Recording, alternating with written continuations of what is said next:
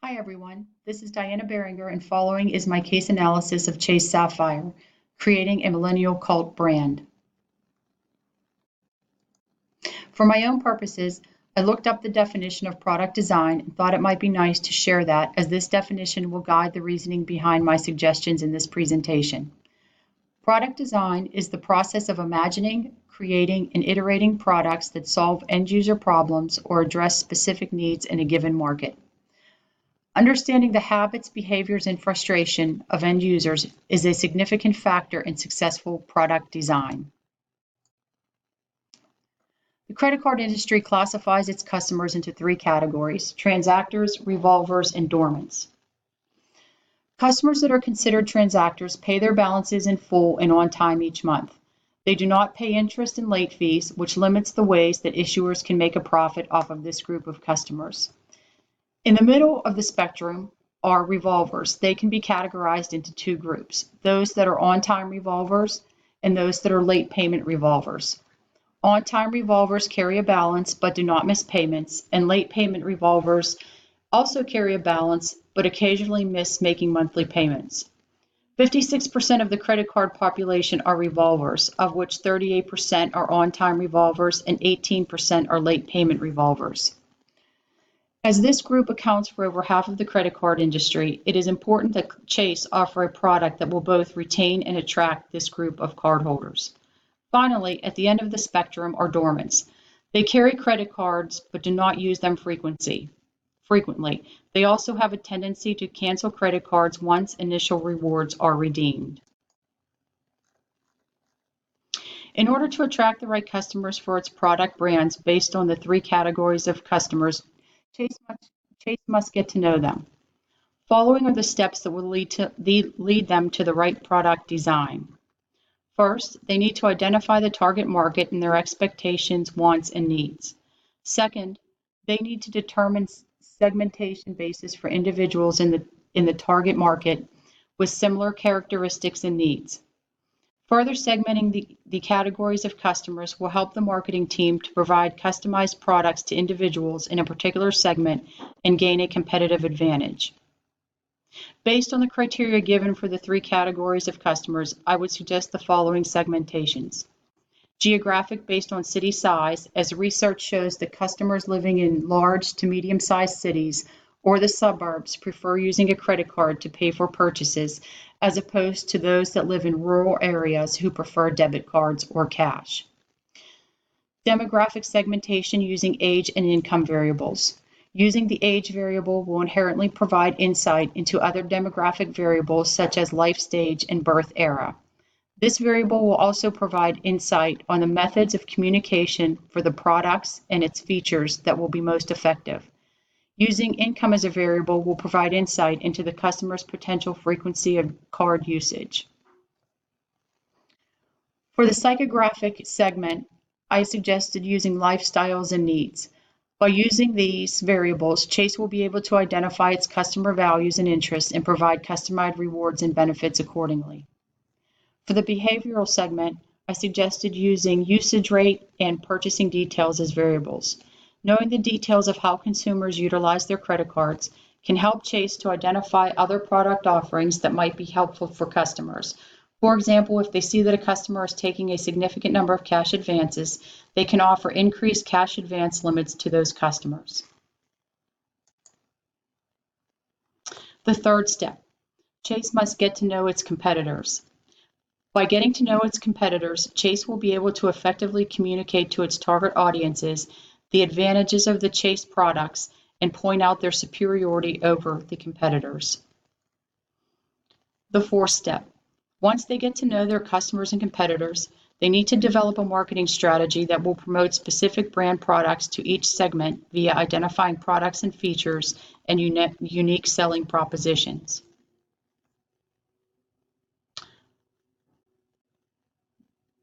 They also need to determine the communication vehicles and execute on that communication. Segmentation will assist Chase with identifying what communication channels should be used for each segment's target market.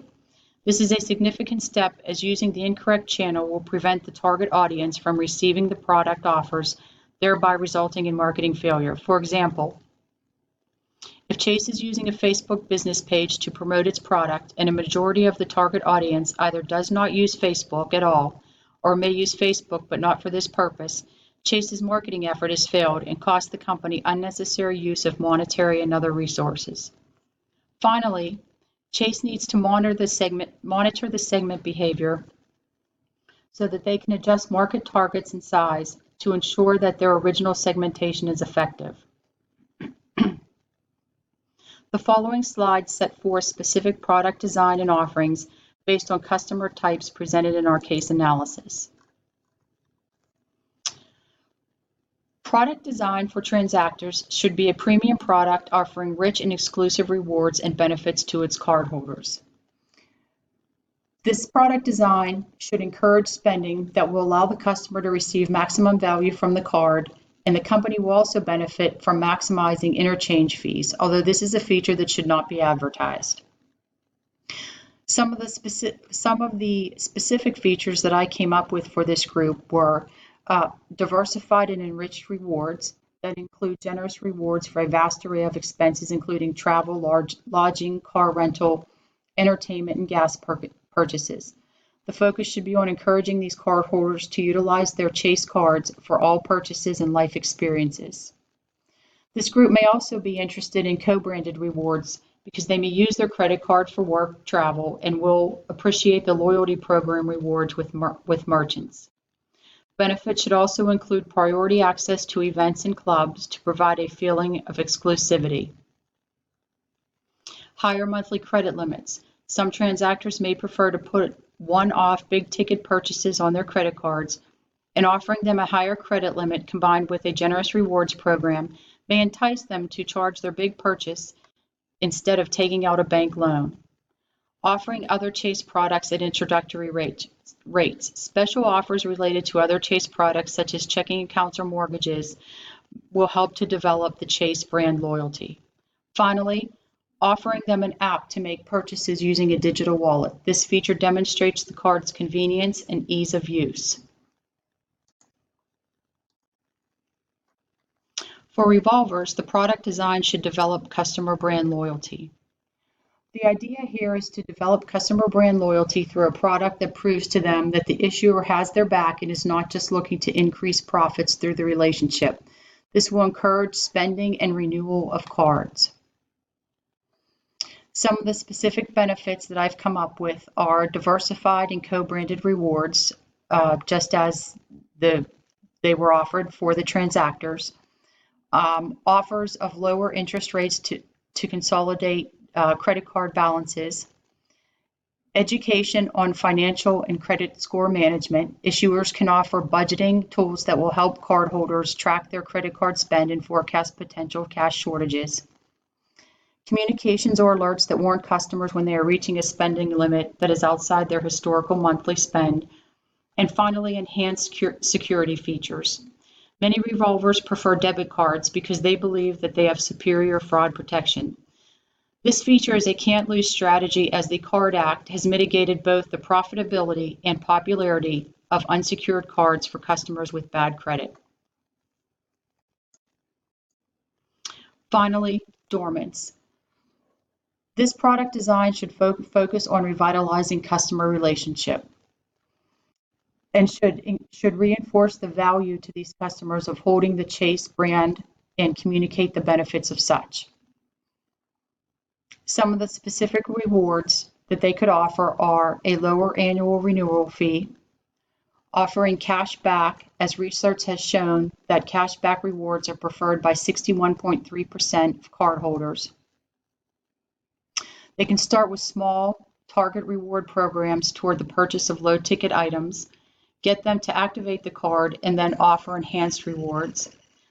Send special messaging regarding seasonal offers and sweepstakes.